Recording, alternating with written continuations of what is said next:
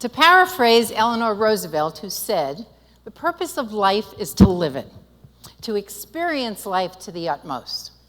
Well, I created my first experience list decades ago, and before I did that, I really realized that I just wanted to experience life to the fullest, and then this thing came along called a bucket list. How negative is that? Things to do before you die. I made an experience list, things I want to experience while being fully alive.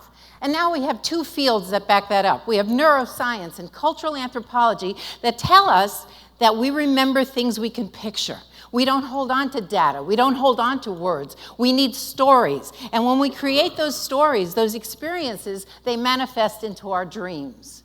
Now, you may have on your bucket list Kentucky Derby. Well, I have on my experience list, I want to sip a mint julep while sitting in Millionaire's Row at the Kentucky Derby while wearing an outrageously large hat. You see, my mind can grasp that little story, and I can manifest that as a result of that. And to prove to you the power of storytelling and the intentionality of an experience list, I need all of you to come with me on a personal journey. Back to the 1960s when I first decided to go to college. Some of you are trying to do the math. She's how old? I went to college in the 1960s. I wasn't quite sure what I was going to major in because I was doing some professional theater dance at the time. I thought I'd major in the arts. But I was really good in sports, so I thought I'd major in physical education. Then I couldn't decide. Arts, phys ed, arts, phys ed. Finally, one day I said to myself, what do I really want to go to college for? Well, it was the 1960s. I was a woman. I aspired to that degree that many women aspired to in the 1960s. Does anybody know what that was called? What a smart, you millennials, that spells Mrs.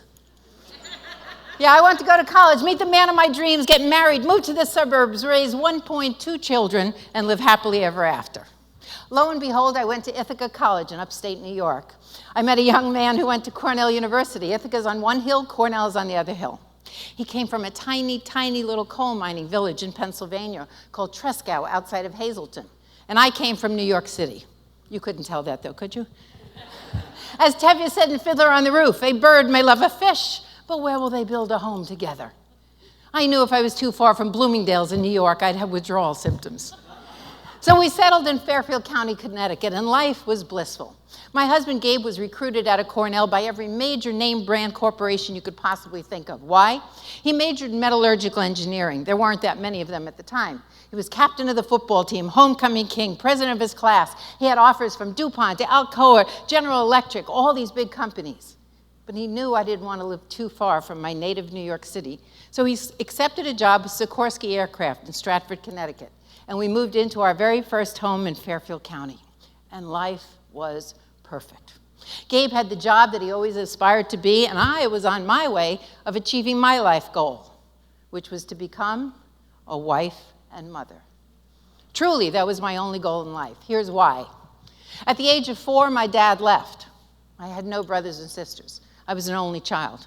Oh, and don't get me wrong, I had a wonderful childhood. I look back on a childhood filled with ice skating at Rockefeller Center, dance classes at the New York City Ballet, trips to the Broadway Theater. Mom made sure my life was full. But I do remember thinking, someday when I grow up, I want to have that family unit I never had as a young child. So I truly aspired to be a wife and mother. Well, I was well on my way to this goal. Gabe had a great job. I was able to give up mine. I was a stay-at-home wife and enjoying that role tremendously. 2 years into his job, he comes home one day looking very depressed. I said, what's the matter? He said, I think I'm in the wrong career. I said, why would you say that? He said, well, I'm an engineer. I sit at a desk all day long. I'm much more of a people person. I think I should be in sales. I said, that's a great idea. Go for it. He said, well, you know, I've got security here at Sikorsky. I don't know if this new company is going to make it. And I said, oh, just go. Follow your dreams. So he left the security of Sikorsky Aircraft to work for this fledgling company called IBM. So he's in sales with IBM, and he's doing quite well, and we decide it's time to start a family. Sure enough, I get pregnant, I give birth to my son, Jason, and life is even more perfect. Gabe has the job of his dreams. I'm now the wife and mother that I've always aspired to be. My son, Jason's about 2 years old. Gabe comes home from work one day, looks at me, and says, now you look depressed. What is it? I said, I don't know. Maybe it's postpartum blues, 2 years delayed. He said, well, you used to be into dance, you were into sports, you were into the community, you were doing all these different things, maybe staying home and being a wife and mother, maybe it's just not enough for you, for now. He said, you used to be a dancer. Go on out and take some dance classes. Well, you know that voice? You know that voice. We all have that little voice. That little voice went on. I heard, a dance class. You're too old. You're out of shape. You're a mother. You have no time. Isn't that great? That stuff we store up there just pops out when we need an excuse. Well, he encouraged me so, and being the type A personality that I am, I didn't go out the next day and take one dance class. I took 5. If 1 is good, 5 is better. Look at me. I love XF. I danced all day. Oh, I had a wonderful time. I dragged my body home about 6 o'clock at night. Gabe called me up from work. He said, how was your day? I said, oh, my day was absolutely wonderful. He said, well, I can't wait to hear about it, but they just promoted my boss. We're all going out for a couple of beers. Wait up for me. I said, fine.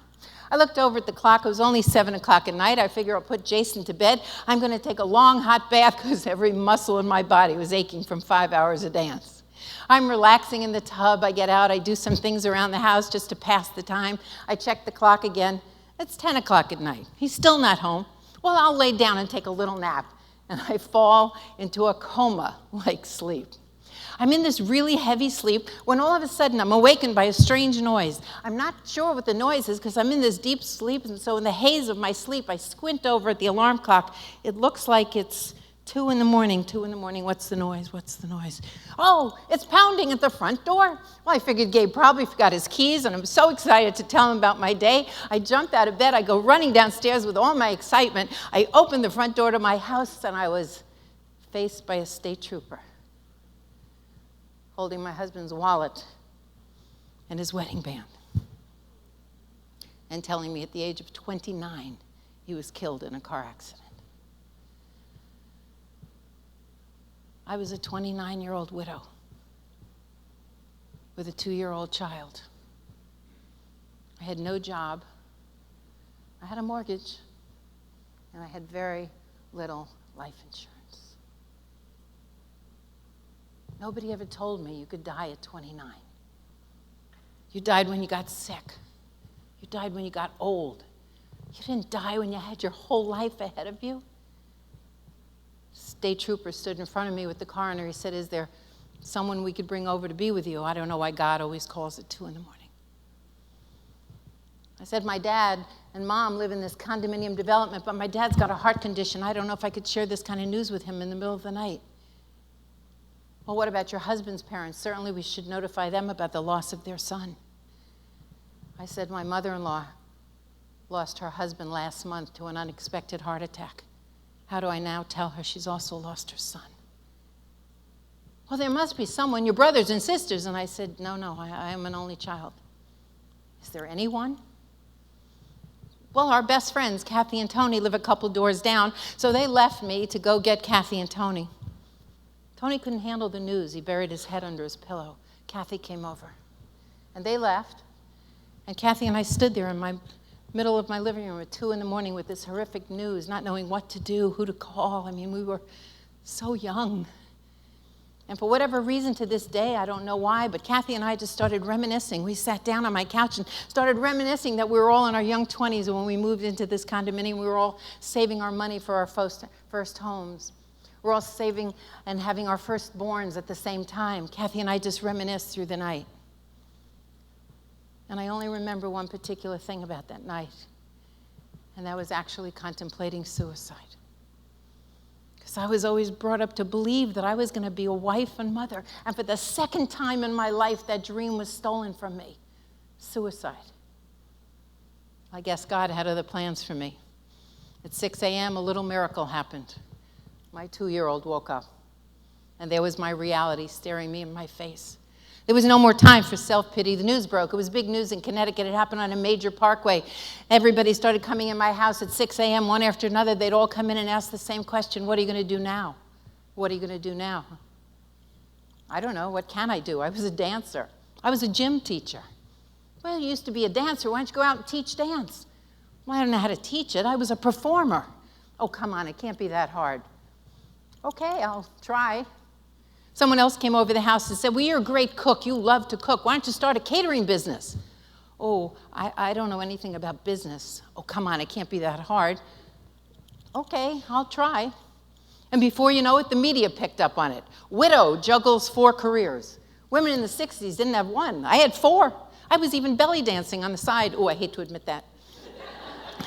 Wasn't really good at it. My son Jason used to stand behind me and jiggle the furniture to make it look like I was moving. But I became a media sensation. Everybody wanted to interview me. How did you do it? How did you do it? I had absolutely no idea how I did it. I did it by the seat of my pantyhose. Women's intuition, gut instinct, survival. You could give it whatever name you want, folks, but I'll tell you this. It's amazing what we can do when we are forced to find our potential. When we are forced to dig so deep within ourselves for every interest, passion, skill, hobby, just to survive. Well, that was the day I realized how short, how fragile life is. And that was the day I made my very first experience list, because I was going to live my life to the fullest, and that would be my thank you to life, by taking care of all the experiences that could come my way. So I made that experience list, and on that list I have things like, I want to waltz in Vienna on New Year's Eve with a man in uniform. I want to hear Andrea Bocelli sing on a starry summer night in Italy, in Tuscany. I want to drive at the Indy 500 while the crowd stands and cheers. And I promise you, if you make that list, one day Courtney Cole will walk up to you and say, I think I could make your Indy dreams come true. Really, Courtney, how's that? She said, I own one of the largest General Motor dealerships in the country. We have a presence at the Indy every year. I don't know what I'm doing, but I'm happy to help. You see, people love to help you get what you want. But first, you have to write it down. You have to know what those experiences are. You have to put it out to the universe. If that's too Gandhi for some of you, get over it. It's true. So I never saw Courtney again, but I stayed in touch with her for that whole year. You know, first rule of networking, nurture your network. And we were getting closer to the Indy, and my friends were getting a little nervous. My friend said, did you tell Courtney when you moved to Chicago 15 years ago that you gave up driving? No, how hard can be? It's a circle. Well, I rented a car just to practice. I showed up to the Indy on that Saturday, and I was given a yellow Corvette convertible. Along with 300 other invited guests, we all had these yellow Corvette convertibles, and we got to drive the Indy track for 2 laps. We finished the drive, we parked all the Corvettes, and we had a big barbecue in the center of the track. It was opening night activities for the festival. How exciting. I could have died a happy camper. Well, the next day was the Indy race, and I thought for sure I'll have a pretty good seat. But no, I was given a Silverado truck. And in the back of my truck stood each branch of the military. I got to be one of the first to drive onto the Indy track as 300,000 people stood up to cheer. And I cried. I cried for 2 reasons. Number one, I knew they were cheering for the military, and I knew that was a long overdue ovation. And I'm also born on July 4th, so there's no one here more patriotic than me. I cried thinking, I'm driving on that same track that Mario Andretti drove on, that Danica Patrick is about to drive on.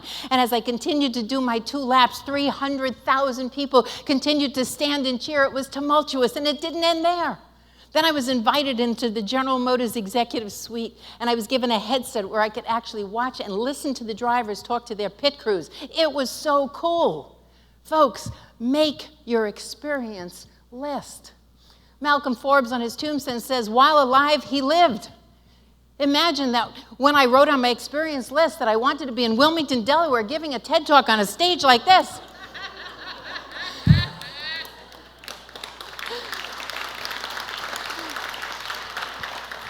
Make your experience list. Enjoy the ride, folks. And I leave you with this one thought. As you slide down the banister of life, may the splinters never face the wrong way. Thank you. Thank you.